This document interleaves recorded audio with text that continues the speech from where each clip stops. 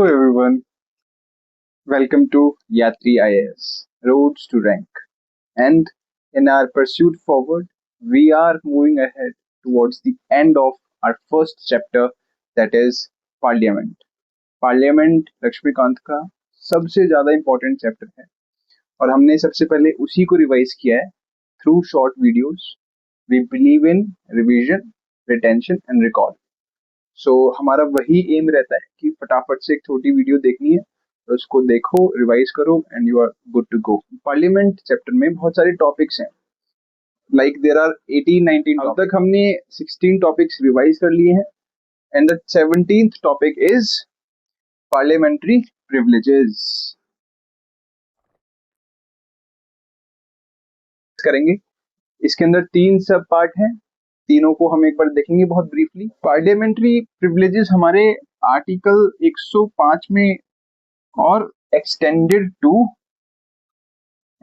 किए गए हैं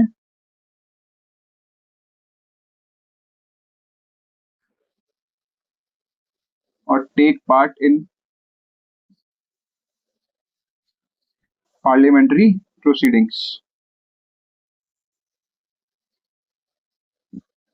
जो पार्लियामेंट की प्रोसीडिंग्स में बोल सकते हैं और उसमें पार्ट हिस्सा ले सकते हैं, उनको भी ये पार्लियामेंट्री प्रिविलेजेस दिए गए हैं कॉन्स्टिट्यूशन के through.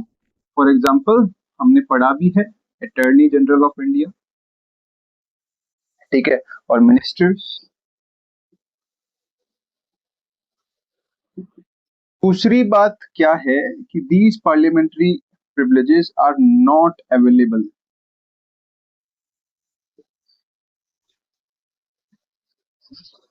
Not available to president.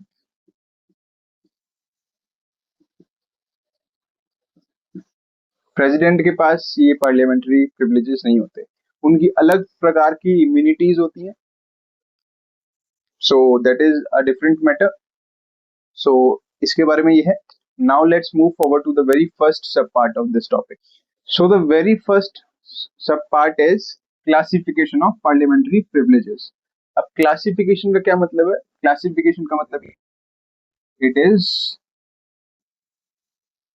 एक तो होते हैं कलेक्टिव प्रिविलेजेस और एक होते हैं इंडिविजुअल प्रिविलेजेस.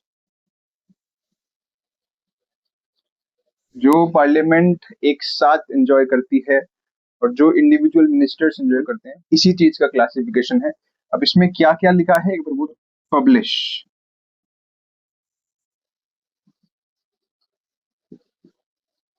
There reports. जो भी पार्लियामेंट की रिपोर्ट्स होती हैं, they can publish those reports. साथ ही साथ they have right to prohibit others from publishing their report.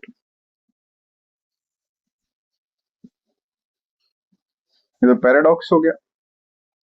लेकिन क्योंकि ऐसा है ना कि अगर पार्लियामेंट अपनी रिपोर्ट्स पब्लिश ही ना करने दे तो बात बाहर कैसे आएगी. तो फिर 44th अमेंडमेंट जो हुआ था 1978 में, उसने बोला true reports can be published. True reports can be published. All right. Then collective privileges. Parliament can punish outsiders or its members for what? For breach of privileges. अगर उनका ब्रीच होता है या फिर कंटेम्प्ट. अगर पार्लियामेंट का कोई contempt करता है, उसकी गरिमा को भंग करता है, तो parliament has power to punish the person as well. इसके अलावा कलेक्टिव प्रिविलेज का एक और फंक्शन क्या होता है? कोर्ट्स जो होते हैं दे कैन नॉट इंक्वायर.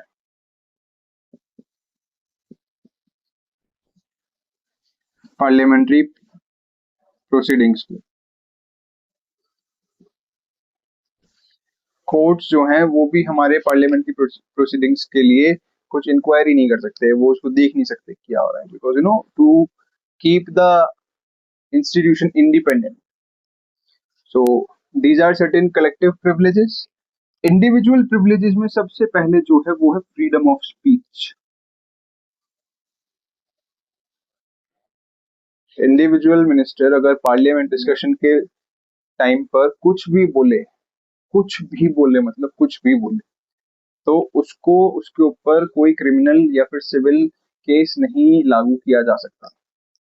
सबसे बड़ा इंडिविजुअल राइट तो ये है। इंडिविजुअल और भी है, नो अरेस्ट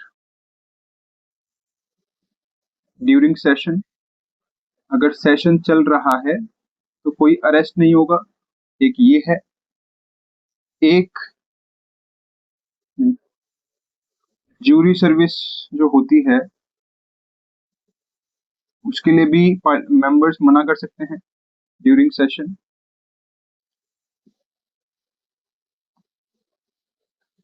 अगर अगर कोर्ट को किसी एविडेंस की जरूरत है और जो कि आप दे सकते हो, और अगर उस टाइम पे सेशन चल रहा है तो आप मना कर सकते हो और कोर्ट आपको समन भी नहीं कर सकता। So this is classification. So now let's move forward to the next subparts.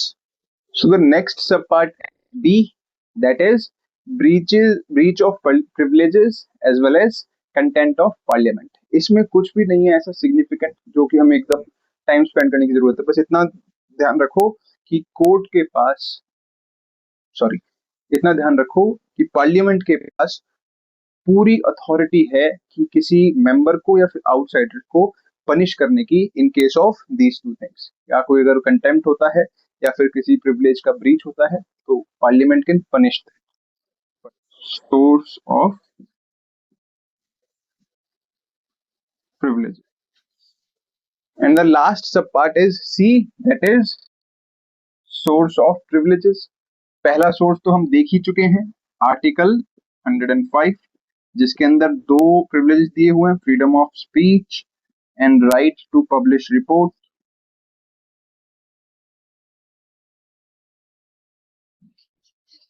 और इसके अलावा और क्या सोर्स हैं प्रिविलेजेस के? और ऐसा कुछ ऐसा सोर्स है नहीं, बस इतना बोल दिया प्रिविलेजेस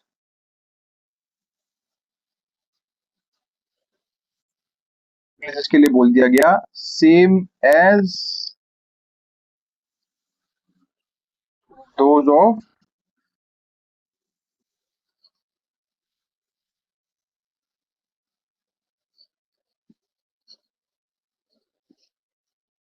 सीधा सीधा इतना बोल दिया कि same as those of British House of Commons. जैसे प्रिविलेजेस ब्रिटेन में एंजॉय किए जाते हैं वो सारे एंजॉय किए जाएंगे। तो इस चीज को हमारी पार्लियामेंट ने रिकॉग्नाइज किया और 1979 में जो ब्रिटिश रेफरेंस है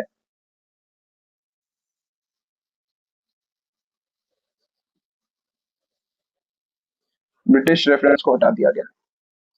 so this is the 17th topic, that is parliamentary privileges. बस इतना सा ही था, इसमें कोई कुछ खास बड़ा टॉपिक नहीं था, इतना ही ध्यान रखना है बस। और as I always say we have to do only two things. First is revision, watch our videos, and second is answer writing. Prepare yourself for the discipline because that is a journey. वो journey आप लेते हैं with every day efforts. ठीक है, we provide pointers, we provide data, we provide flow charts on our channel, और आप उसको देखिए and you write the answer and you want a platform where you can post it, you can find the link in our description as well. आप उस link को open करिए and अपने answers को पोस्ट भी कर सकते हैं। Thank you.